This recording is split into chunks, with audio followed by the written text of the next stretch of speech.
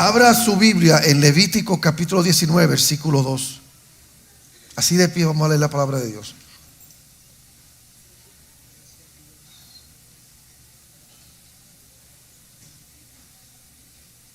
Levítico 19, 2.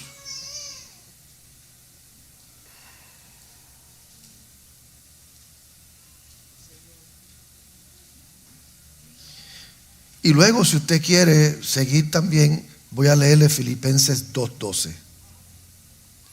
Levítico 19:2 y luego en el Nuevo Testamento Filipenses 2:12. Leo a la gloria del Padre, del Hijo y del Espíritu Santo.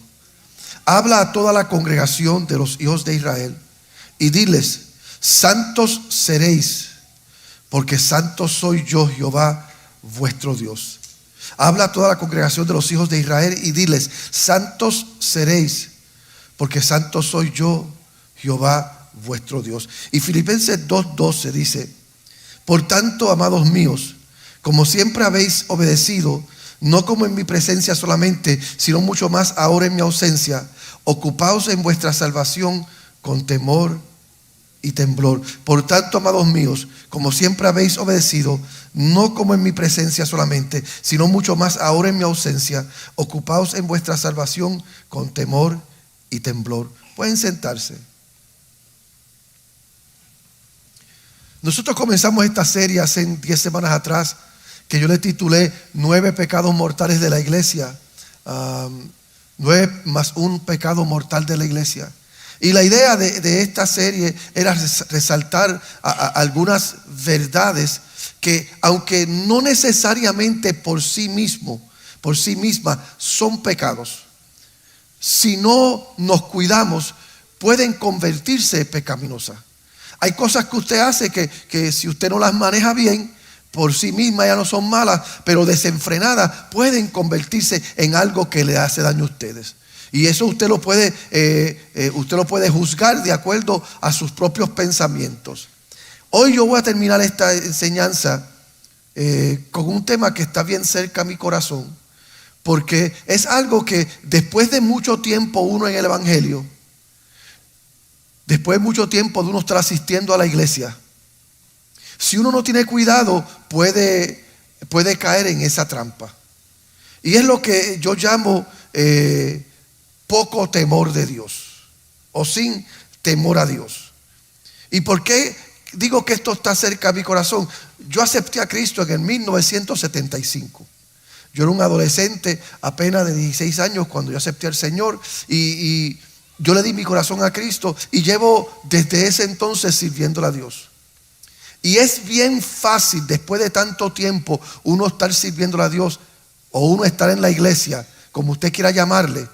Es bien fácil uno llegar a un lugar donde se familiariza tanto con esto que ya todo esto es automático. Ir a la iglesia es automático. Alabar a Dios es automático. Servir a Dios es automático. Funcionar en la iglesia se vuelve automático.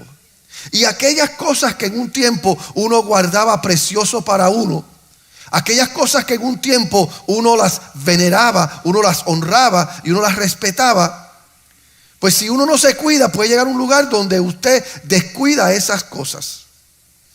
¿Cuántos llevan 800 años casados aquí? Levanten la mano los que llevan 800, los que llevan muchos años casados. Levanten la mano. ¿Verdad que es bien fácil después de un tiempo de usted estar casado, usted obviar, usted ignorar ciertos detalles? ¿Verdad que es bien fácil? ¿Se acuerda usted cuando usted se enamoró? Y perdóneme, pero es que así soy yo, voy a decirle algo un poquito. ¿Se acuerda cuando usted se enamoró que usted pasaba todo el día sin ir al baño? Porque no quería que ella o él lo viera o lo oyera, lo escuchara. ¿Se acuerda de eso? Y ahora usted ni cierra la puerta. De eso es lo que estoy hablando. De esos momentos, de esos detalles donde en un momento uno los guardaba preciosos, pero ahora uno llega a un lugar donde ya eso es común para uno. ¿Por qué le digo esto? ¿Y por qué lo asocio a esto? Porque donde no hay temor de Dios, el resultado es un evangelio de conveniencia.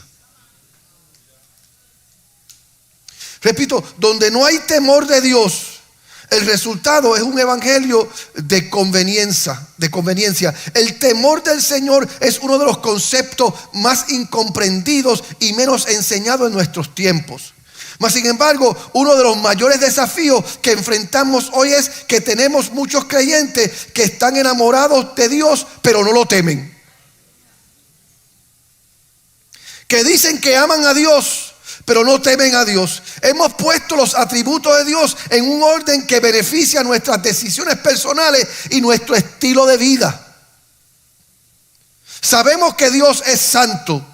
Sabemos que Dios es amor. Sabemos que Dios es misericordioso. Sabemos que Él es un Dios de toda gracia, pero lo ponemos en el orden que a nosotros nos conviene. Y alineamos todito al orden que a mí me satisface. Hablamos del amor de Jesús, promovemos su misericordia para toda la humanidad y enseñamos sobre el perdón y la gracia infinita, pero muchas veces pasamos por alto el atributo número uno, la esencia de quién es Dios, y es su santidad.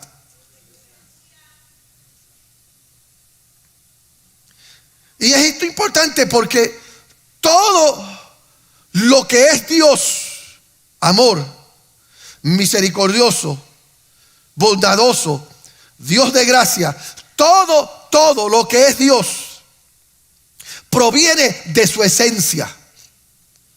Y su esencia es que Él es santo, santo, santo.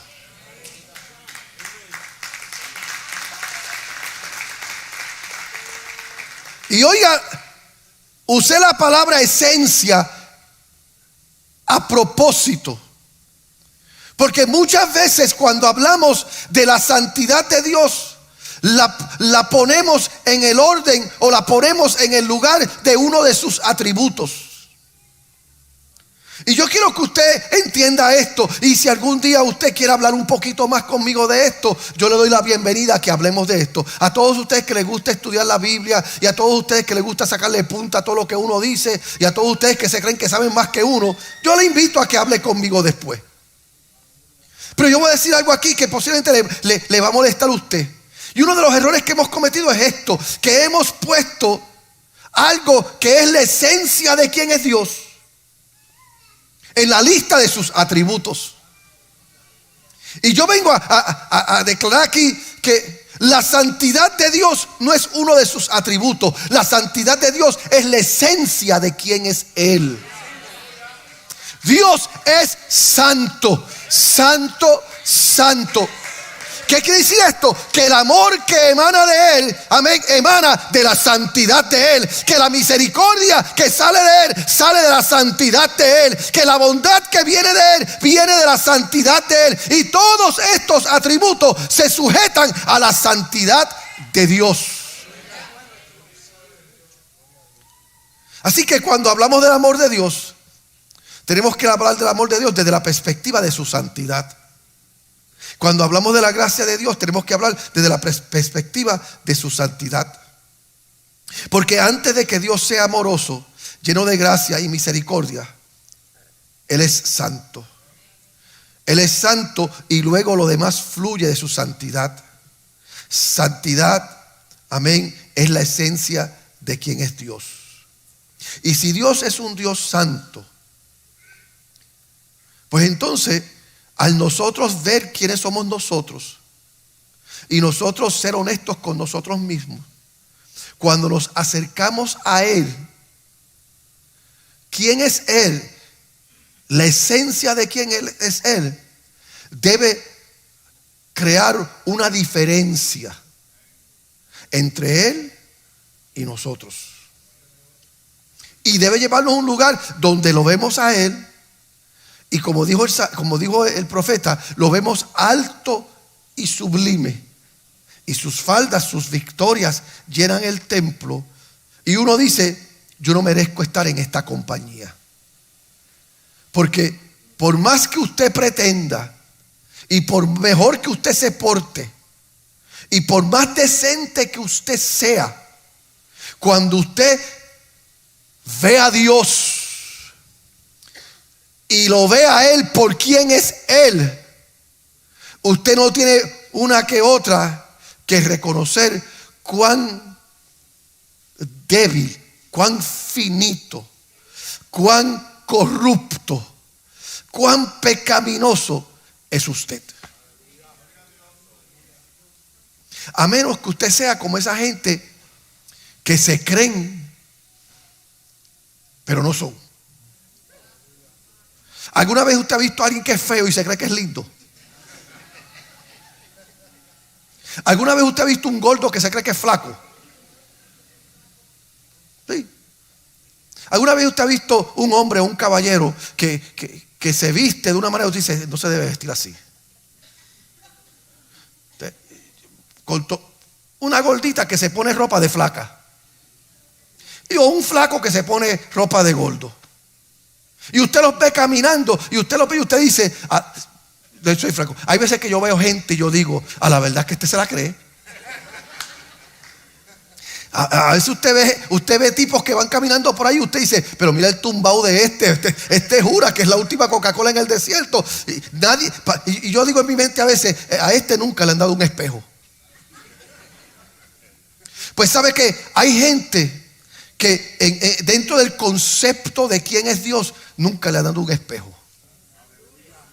Y se acercan a Dios con demandas, con exigencias, se acercan a Dios con arrogancia, se acercan a Dios con desrespeto a la santidad y a quién es Él, entendiendo que Dios es otra cosa. Vengo a decirle a los boricuas que están aquí, ustedes no son otra cosa, Dios es otra cosa. Nosotros no estamos pasados, Dios está pasado. Pero nos acercamos a Él y venimos a Él con unas pretensiones. Y nos olvidamos que al acercarnos a Él, si somos honestos, lo vemos a Él por quién es Él. Y es aquí donde le voy a decir algo que quiero que usted abrace. Cuando vemos a Dios y reconocemos quién es Él y lo que Él representa en todo, eso debe infundir en nosotros un temor. Eso debe provocar en nosotros un grado de temor. Éxodo 20:20, y Moisés respondió al pueblo, no temáis, porque para probaros vino Dios, y para que su temor esté delante de vosotros, para que no pequéis. Dios acababa de hacer algo milagroso, algo potentoso. Dios acababa de revelar a ellos y ellos estaban asustados. Y Dios le dice a ellos, no tengan miedo, esto que Dios está haciendo, lo está haciendo para que ustedes no se olviden que Él es Dios. No se olviden que Él es santo. Moisés está diferenciando entre tener miedo y el temor del Señor. Porque una persona que tiene miedo de Dios tiene algo que esconder, como Adán en el jardín después de comer del fruto. Pero la persona que teme a Dios no tiene nada que ocultar, pero a su vez le aterra estar lejos de Dios. El miedo a Dios te hace esconderte de Él. El temor a Dios te asusta estar lejos de Él. No sé si lo entendiste. El miedo a Dios, tenerle miedo a Dios te lleva a esconderte de Él. Temer a Dios te lleva a tener miedo a estar lejos de Él. Si tú sabes quién es Dios y lo que Él significa, y tú sabes que tu mera existencia es producto de su misericordia, como tú reconoces esto, tú no quieres vivir alejado de Dios, tú quieres vivir conectado a Dios, tú quieres vivir en su presencia, tú quieres oír su voz, tú quieres la aprobación de Él en tu vida. El temor del Señor no se refiere a tener miedo desde un punto de vista emocional, sino a tener reverencia, asombro y respeto por quien eres. Abarca reconocer la soberanía, la sabiduría y la autoridad de Dios y vivir en obediencia a sus mandamientos. Es honrarlo, estremecerte, reverenciarlo, estimarlo, respetarlo, valorarlo más que a nadie. Porque si tú sabes lo que Dios representa y quién es Dios, Pues ahora tú te acercas con un conocimiento, con unas emociones alineadas. El temor del Señor es tener terror de estar lejos de Él. Porque como cantamos nosotros, sin Él nos morimos. Es por el temor del Señor que nosotros no nos apartamos de Él. Yo lo pongo de esta manera. Yo estaba pastoreando, y algunos de ustedes me han escuchado decir esto alguna vez, testificarlo. Yo estaba pastoreando en Washington, D.C. y yo no soportaba esa ciudad. Yo no soportaba esa ciudad y no me gustaba la iglesia donde yo estaba pastoreando. Yo estaba ahí por obediencia. Y yo ya yo le había dicho al obispo mío y a todas mis autoridades, cuando haya una oportunidad de sacarme de aquí, sáquenme de aquí. No quiero estar aquí. Y de momento llegó el obispo, ustedes lo conocen, al doctor Navas, y él me dijo: Agustín, hay una oportunidad en Buffalo, New York. ¿Hay alguien aquí de Buffalo? ¿Alguien aquí de Buffalo? No es nada en contra de Buffalo, ¿ok? Surgió una oportunidad en Buffalo, New York, una iglesia nuestra con templo propio. Tenía algo que a mí me encantaba, un gimnasio para jugar baloncesto, y yo para ese entonces estaba en mis 30 todavía. Tenía un ministerio de buses escolares, una iglesia bien ubicada. Y el reverendo Nava me dice: Agustín, la iglesia de Buffalo está abierta y los hermanos te quieren. Y yo dije: ¿cuándo me voy? ¿Alguna vez usted está en un sitio que usted está loco por irse? Espero que no sea así aquí hoy. Y yo le dije: ¿cuándo me voy? Me dijo: no, mira, Agustín, ve a Búfalo, habla con los hermanos, ponte de acuerdo en cuál va a ser el acuerdo de ustedes, para entonces te puedes mudar para allá. Me monto en el carro para ir para Búfalo. Al otro día se me dañó el carro. Fue un carro nuevo. Y yo: pero este carro es un carro del año. Llevo el carro, me lo chequean, pasó una historia larga, corta, no descubrieron nada con el carro. Vuelvo y me monto en el carro al otro día y vuelvo y se daña el carro. Y yo entendí que ese carro parece que era del Caribe y no le gustaba ir a un sitio frío.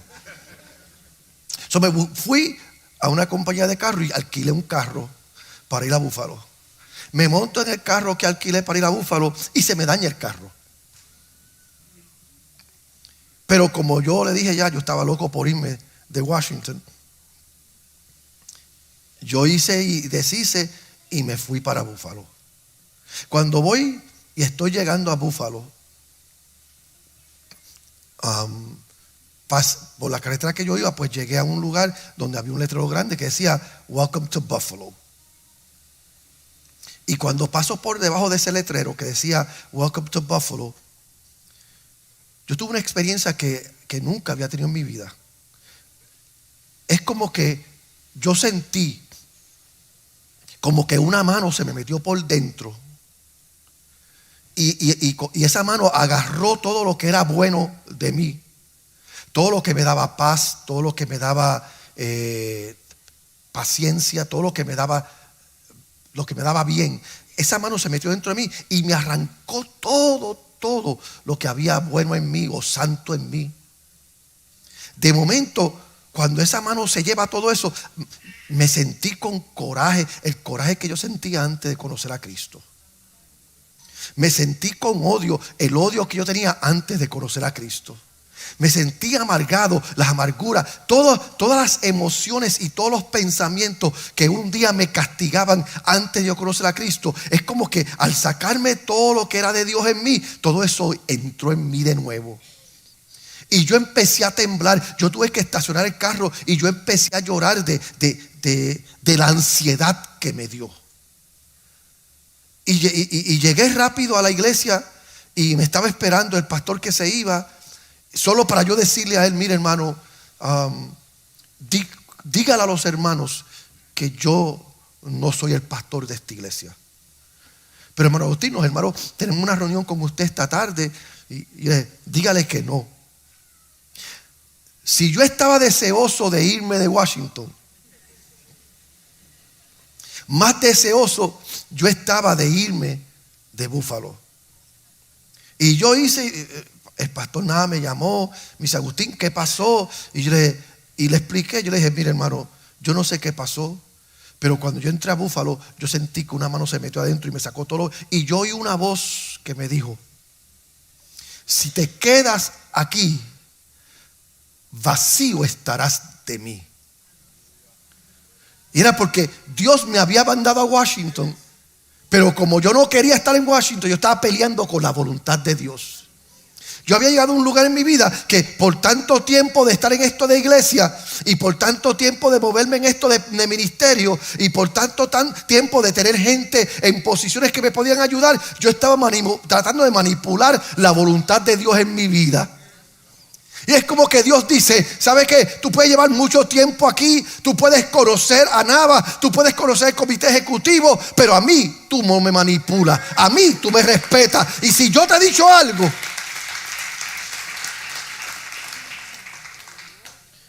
el temor de Dios es tener terror de estar lejos de Él.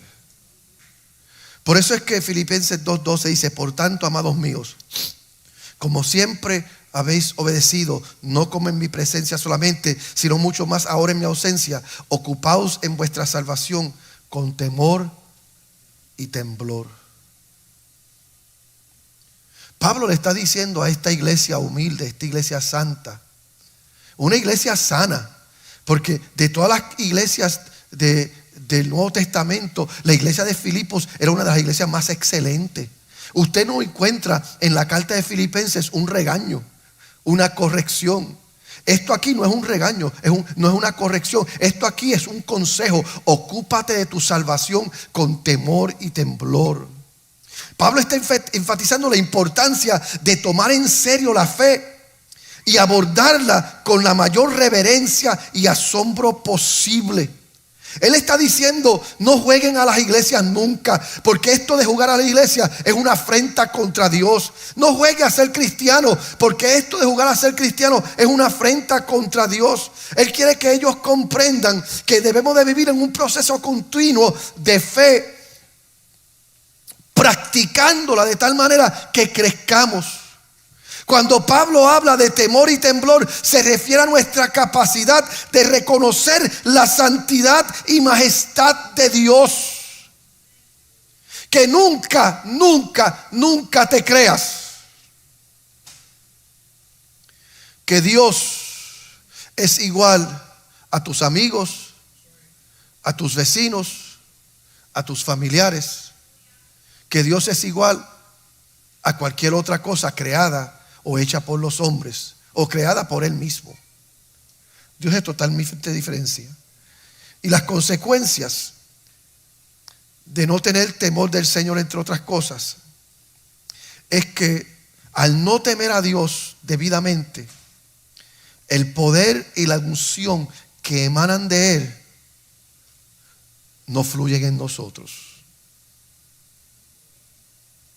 Desarrollar nuestra fe en temor y temblor es un llamado a vivir una vida separada de las influencias del mundo. Y al vivir una vida separada de las influencias del mundo, la influencia del cielo habita en nosotros. Cuando usted se ocupa de que lo que el mundo pretende, lo que el mundo ofrece, se convierte en la esencia de quién es usted, pues entonces aquello que es divino, aquello que es sacro, aquello que viene del cielo, que es producto de la gracia y el amor de Dios, pero que está sujeto a una vida de obediencia, está ausente en nosotros. Y hay mucha gente que dicen, ¿por qué Dios no me bendice? ¿Por qué no oigo a Dios? ¿Por qué no siento a Dios? ¿Por qué no fluyo en el poder de Dios, en la presencia de Dios? Porque en algún lugar del camino te has olvidado quién es el que provee eso en tu vida. ¿Quién es el que te da? Ustedes que tienen hijos aquí, ustedes como yo Mire, yo a la buena de Dios, mis hijos me sacan el jugo. Sí. Yo a la buena de Dios, mis hijos, si no tengo cuidado, me pueden manipular. Pero a la brava, se me sale lo de indio. Con malas crianzas, yo no me muevo ni una pulgada, por más pena que me dé. Y eso es lo que la Biblia quiere enseñarnos a nosotros. Dios es un Dios de amor. Dios es un Dios de misericordia. Dios es un Dios de bondad. Dios es un Dios que tiene tanto y tanto y tanto para darnos a nosotros. Y Él lo que quiere es que nosotros lo amemos y lo honremos. ¿Y cómo lo amamos y cómo lo honramos? Reconociendo la santidad de Él y conectándonos a la santidad de Él. Y entonces todo lo que proviene de Él se hace parte de nuestra herencia, de nuestro legado.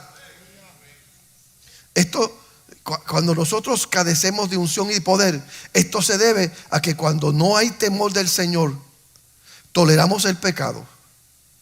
Pero cuando tememos a Dios, amamos lo que Él ama y odiamos lo que Él odia.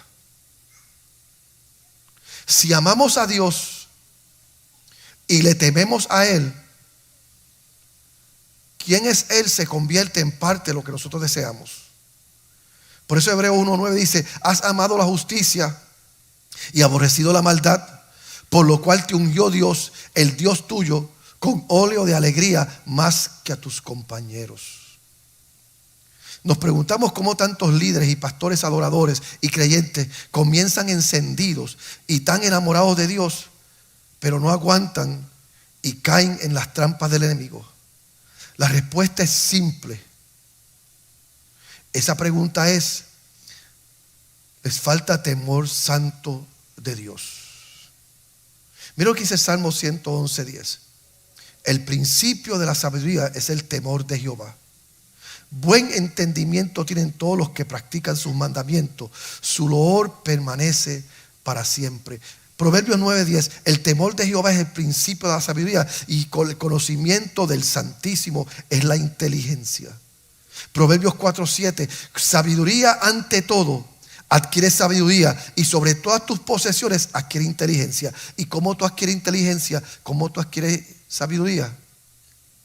Temiendo a Dios. Aprendemos que obtener sabiduría es lo más importante que podemos hacer como creyentes, pero eso no fluye a menos que temamos a Dios. La falta de sabiduría está presentada por la falta del temor al Señor, lo que a su vez resulta en la pérdida de la protección ante las trampas del enemigo. Hay muchos de ustedes que no salen de la página de Cheo,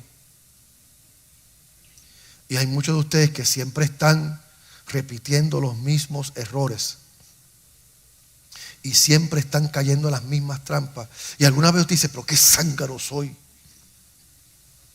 ¿Cuántos de ustedes han hecho eso? Pero qué zángano soy, qué zángana soy, qué tonto, qué tonta soy. Volví a caer en la misma trampa. Ausencia de sabiduría. ¿Y por qué hay ausencia de sabiduría? Porque en algún lugar en el camino te acomodaste tanto, en algún lugar del camino te aclimataste tanto a las influencias de este mundo, que ahora ves a Dios como parte de tu rutina. Ahora ves a Dios como parte de tu programa diario, pero no lo ves por quién es Él. El Dios santo que es Él. Mire, critiquen ustedes lo que ustedes quieran criticar a los católicos, pero por lo menos ellos disimulan cuando venga una cruz. Por lo menos ellos disimulan cuando entran a la iglesia. Por lo menos ellos disimulan cuando están ante alguna estatua, y usted los ve que ellos, y si dicen una mala palabra y si hacen algo malo que sabe que por lo menos disimulan a la reverencia. Nosotros hemos llegado a un lugar donde ya ni nos vestimos bien para venir a la iglesia. Lo dañé. Me puse muy religioso. Me puse muy religioso, me puse muy legalista. Hemos pedido tanto el temor a Dios que ya ni nos vestimos bien para venir a la iglesia. Hemos pedido tanto el temor a Dios que entramos a la iglesia y nos creemos que estamos en una panadería sobando a nuestra pareja, como si fuera un pan sobao. Sí, los otros días aquí, no voy a decir quién, y si eres tú y te cae el sello, pues póntelo. Los otros días aquí había un caballero joven con su, no sé si era su novia o su esposa, sobándole las nalgas en el culto. Yo estoy parado allá atrás y él está ahí sobándole las nalgas y tocando como si nada. Y yo dije en mi mente,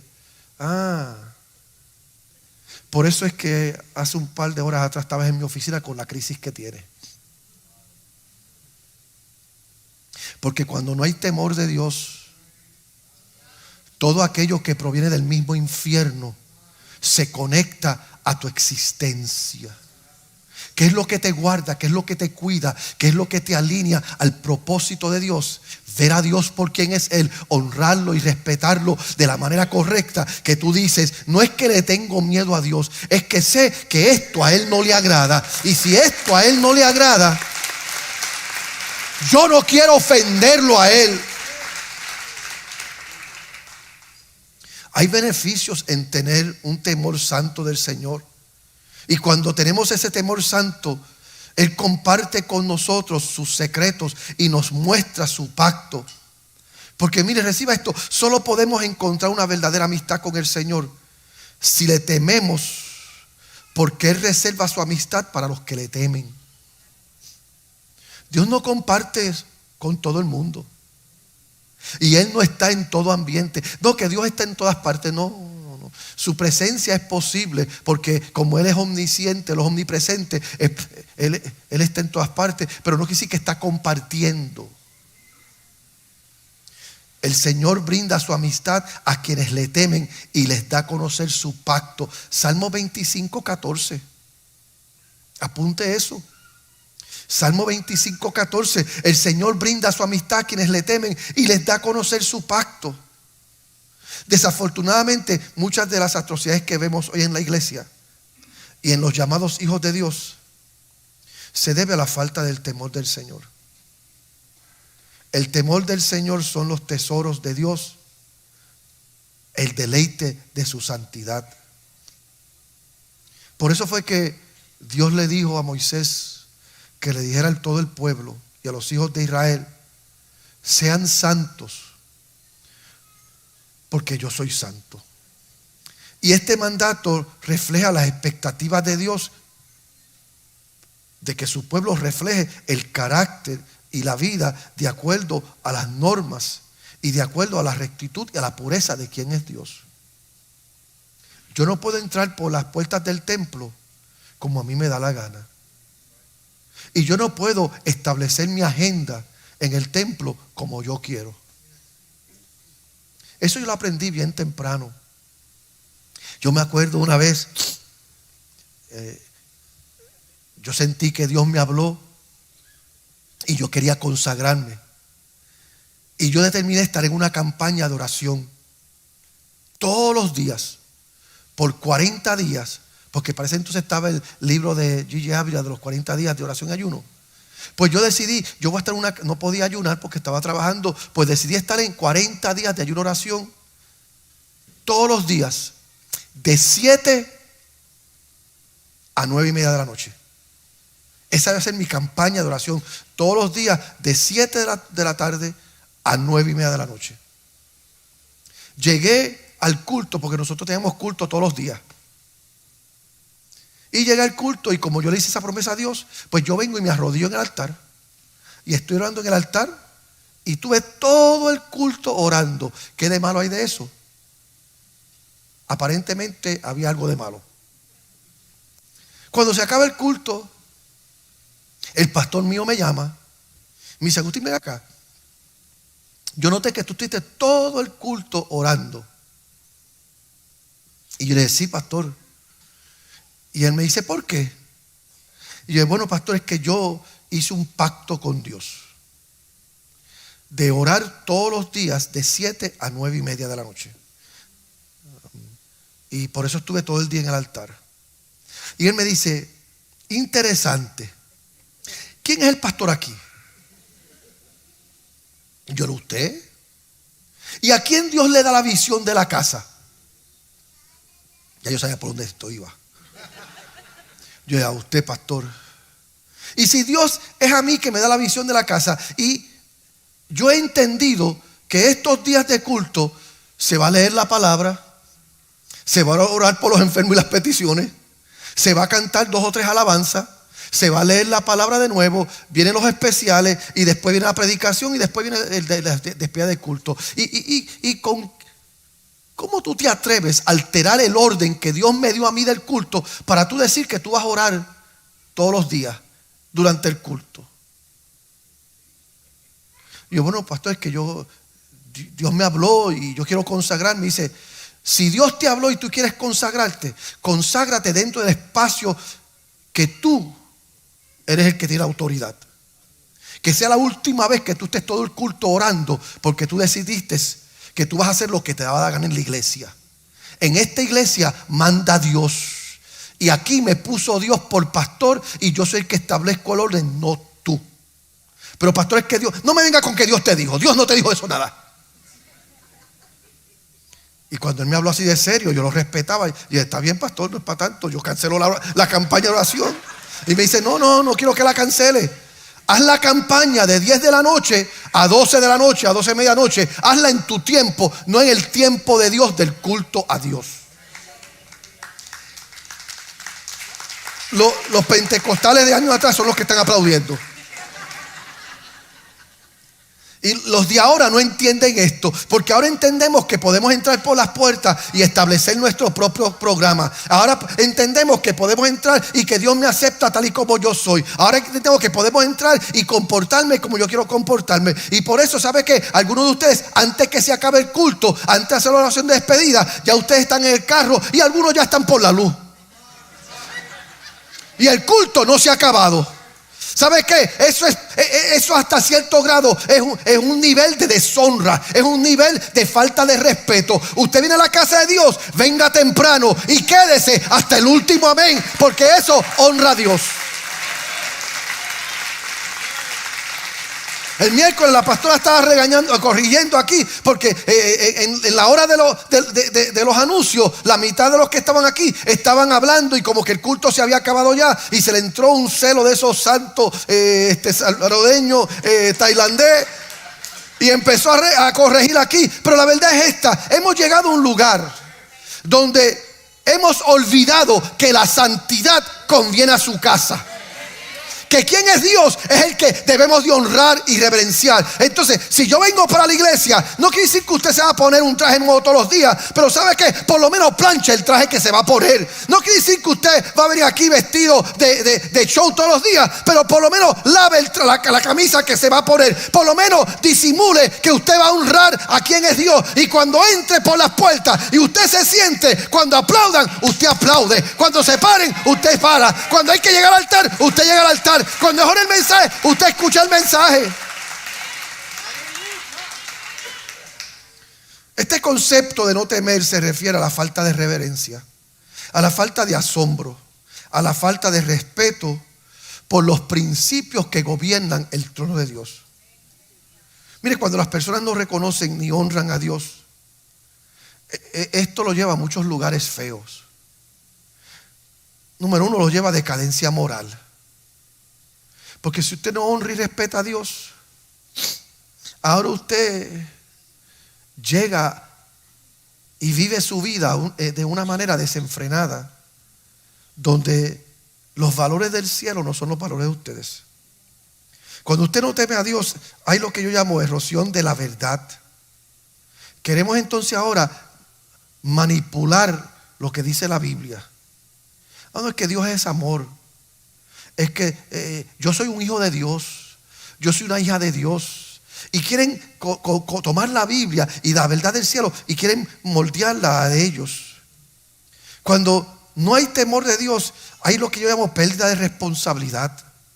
Porque ahora, en vez de tú mirarte y decir, yo necesito crecer, yo necesito madurar, yo necesito corregir esto, yo necesito ser libre de esto, ahora le echamos la culpa a todo el mundo por nuestras deficiencias. Por eso es que hay tanta gente que están apartada y usted le dice, ¿qué te pasó? Oh, que la iglesia me hirió. ¿Qué te pasó? Es que el pastor me ofendió. ¿Qué te pasó en algún lugar? Y queremos echarle la culpa a todo el mundo en vez de aceptar aquello que nos toca a nosotros. Cuando no tememos a Dios, hay lo que yo llamo un debilitamiento de la compasión y la empatía, porque nos volvemos fríos. Y lo que antes nos aguaba los ojos, lo que antes nos hacía llorar, lo que antes nos hacía temblar, ahora es un chiste para nosotros. Ahora venimos a la iglesia y nos sentamos en el templo, o ahora viene alguien a hablarnos de algo santo, de algo que nos bendice, y le miramos a los ojos como que esto no tiene que ver con nosotros. Cuando no hay temor de Dios, hay desintegración de la comunidad. Cuando no hay temor de Dios, hay pérdida de vitalidad espiritual. Cuando no hay temor de Dios, hay disminución del impacto de la fe. Lo que la fe puede hacer, lo que Dios puede hacer por nosotros. ¿Alguna vez usted ha hablado con alguien que usted sabe que necesita a Dios? Y usted le está hablando de algo que puede cambiar su vida, que puede impactar su status quo, y está como que no le importa. ¿Usted ha visto gente así? Eso es lo que pasa cuando no hay temor de Dios. Llegamos al lugar donde, aunque Dios esté tratando con nosotros,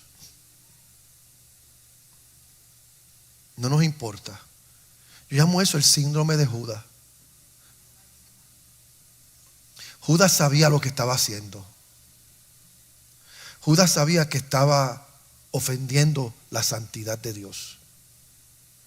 Judas llegó a un lugar donde él dijo, espérate, esto está mal. Pero insistió al punto que Jesús lo besa y le llama amigo. Y él continúa con su agenda diabólica.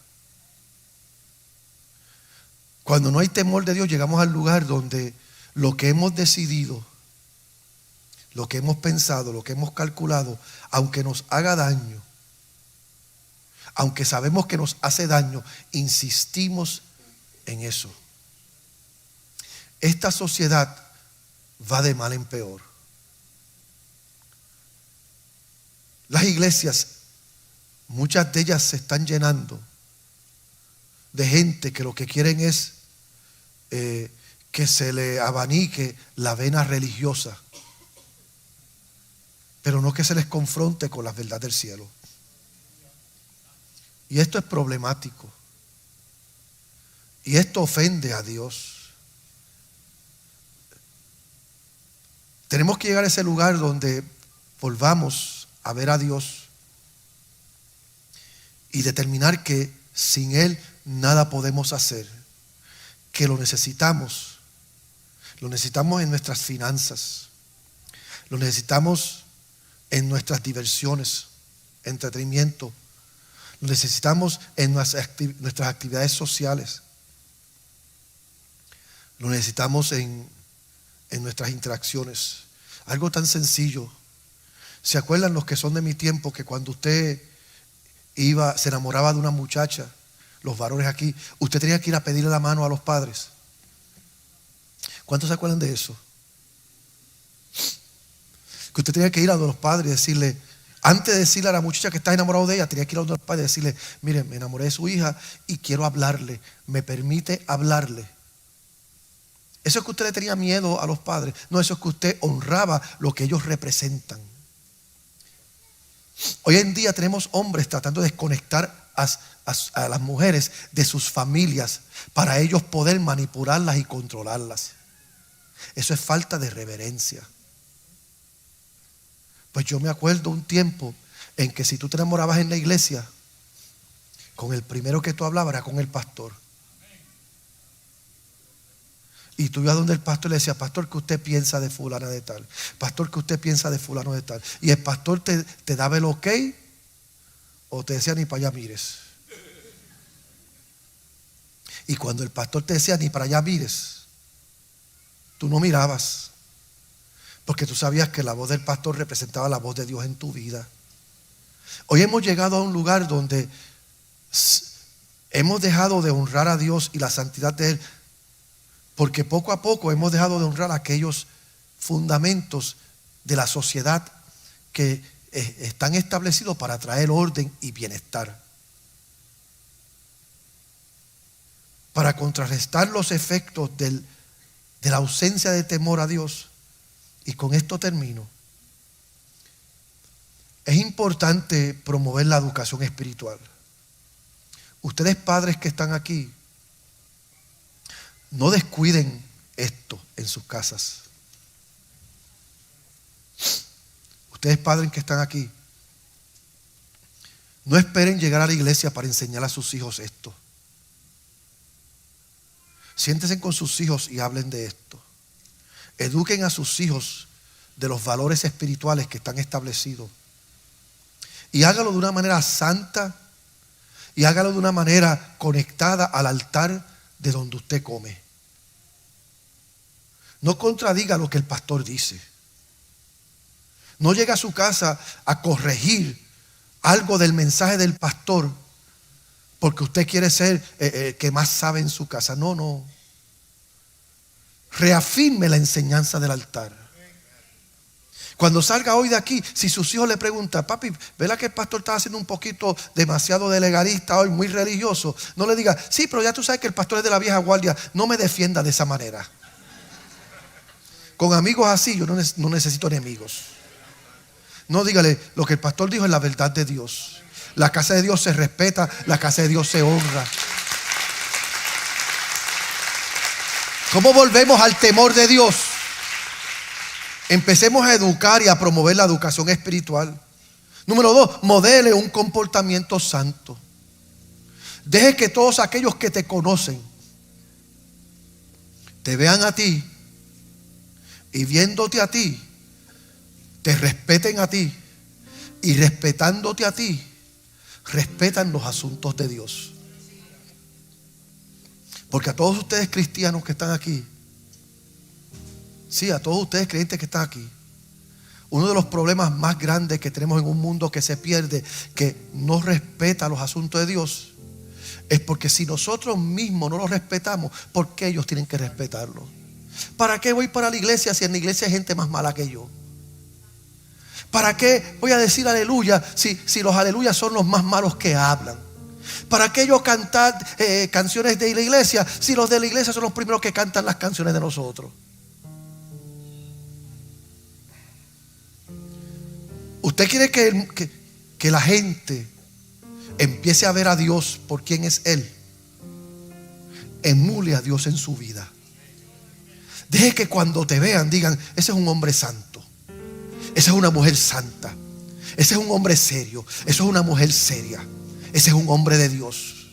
Deje que usted emule eso en la vida de ellos, para que cuando ellos estén en sus hambre, en su sed, cuando ellos estén en sus desastres, estén en sus problemas y digan, ¿a dónde voy? Digan, yo conozco a Divi, yo conozco al Velo, yo conozco a Víctor, es un hombre, es una mujer santa, y puedo ir y puedo hablarle de mis crisis, porque ellos me van a hablar de Dios y yo creo en el Dios que ellos sirven.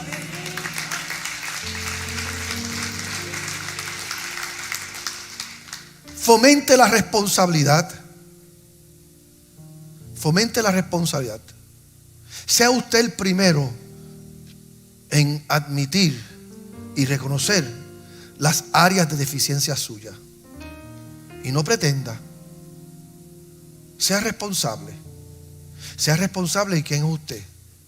Sea responsable con sus finanzas, sea responsable con su asistencia a la iglesia, sea responsable en su compromiso con Dios, sea responsable en su búsqueda de Dios.